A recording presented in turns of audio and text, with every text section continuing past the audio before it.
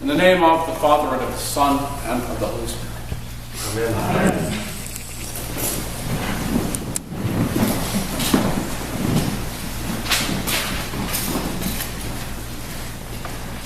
Sorry, I just kind of phoned this sermon in.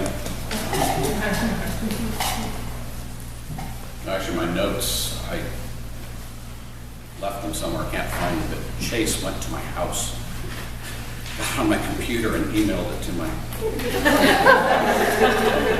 True.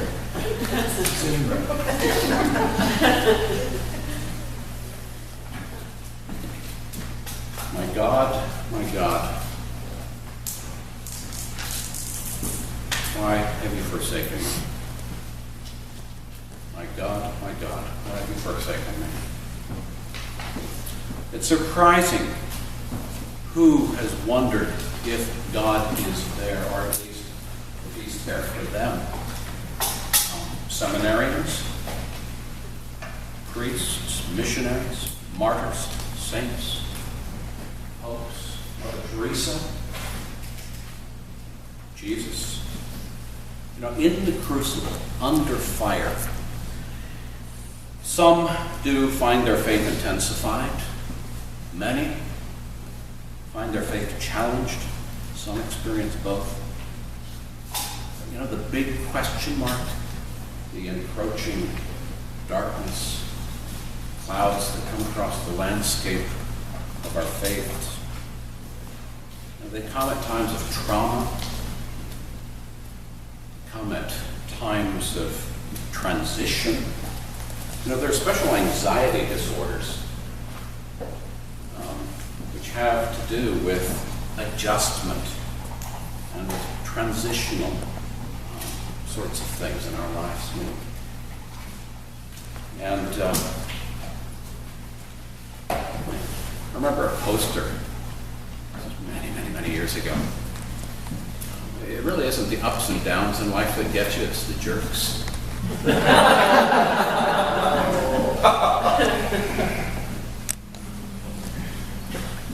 But a lot of us here are in times of crisis. And the more we reach out and reach in mission and in missional care for one another and for our communities, the Strip District community, the communities in which you and I live, the more we're going to encounter people who are in trouble, in trauma, in crisis, and in transition. And people who in those moments, you know, I just look, right here, we have people who are in moments of transition regarding relationships, regarding vocation, calling, occupation, employment.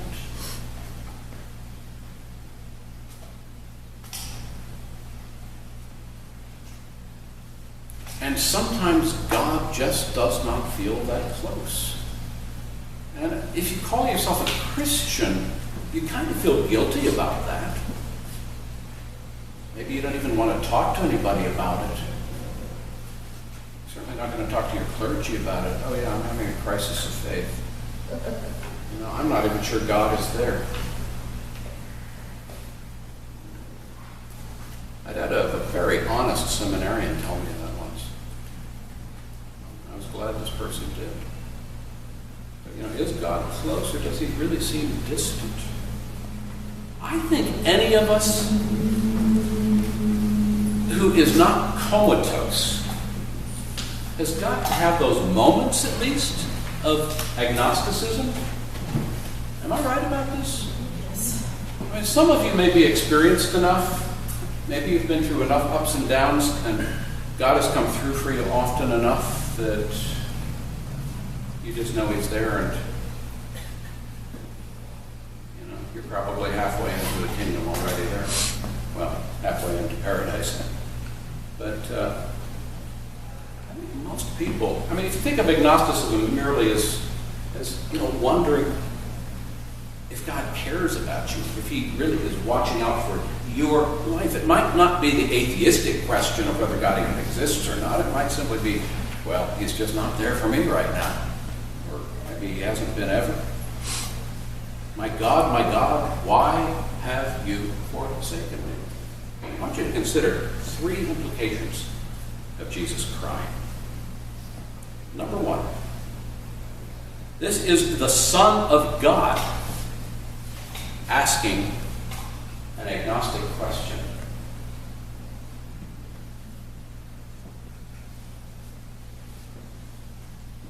Comes the Son of God who asked, my God, why have you forsaken me? So you can ask it too.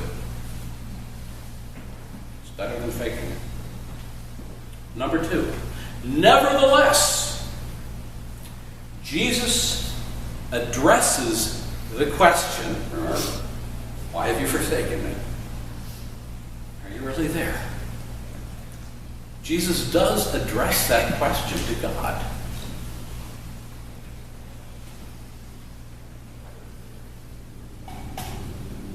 I don't know if he expected an answer. Oh, okay, I understand now. He asks the question, but he does address the question to God, and he personalizes it. My God. My God. Why? Why have you forsaken me? Number 3. Jesus, and those who heard him, who witnessed his death, and who left us the record of his passion. Jesus and those who heard him probably knew not only the beginning of Psalm 22, that is where, by the way, Jesus gets, my God, why have you forsaken me? He didn't just make those words up. That's the beginning of the 22nd Psalm. And Jesus had a lot of Bible memorized. And I think his disciples had a lot of Bible memorized. It's just part of their culture. It was an oral culture. Over and over and over, you go through the Psalms every month. And I think that Jesus and those who heard him probably knew not only the beginning of Psalm 22, but they also knew its end. Jesus sang, it's what in music we would call the hook, you know. Jesus just saying the beginning of that psalm was a trigger, for the whole message. It's a psalm which concludes, posterity will serve him.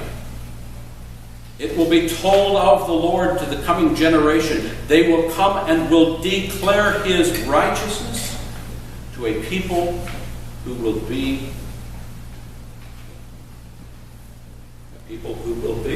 still in the future, probably thinking of you and me.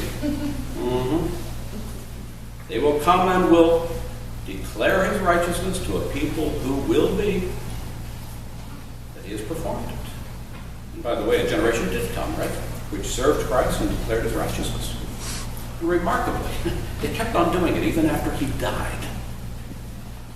Makes you think something kind of unusual must have happened to keep them going, right?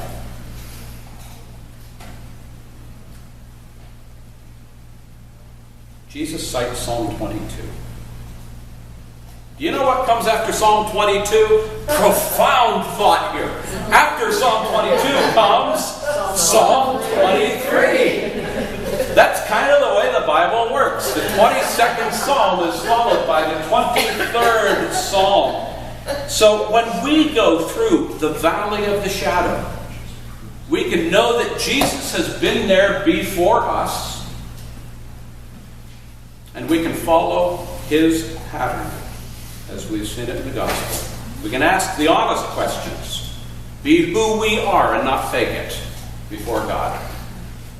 We can ask the honest questions. We can address them to God.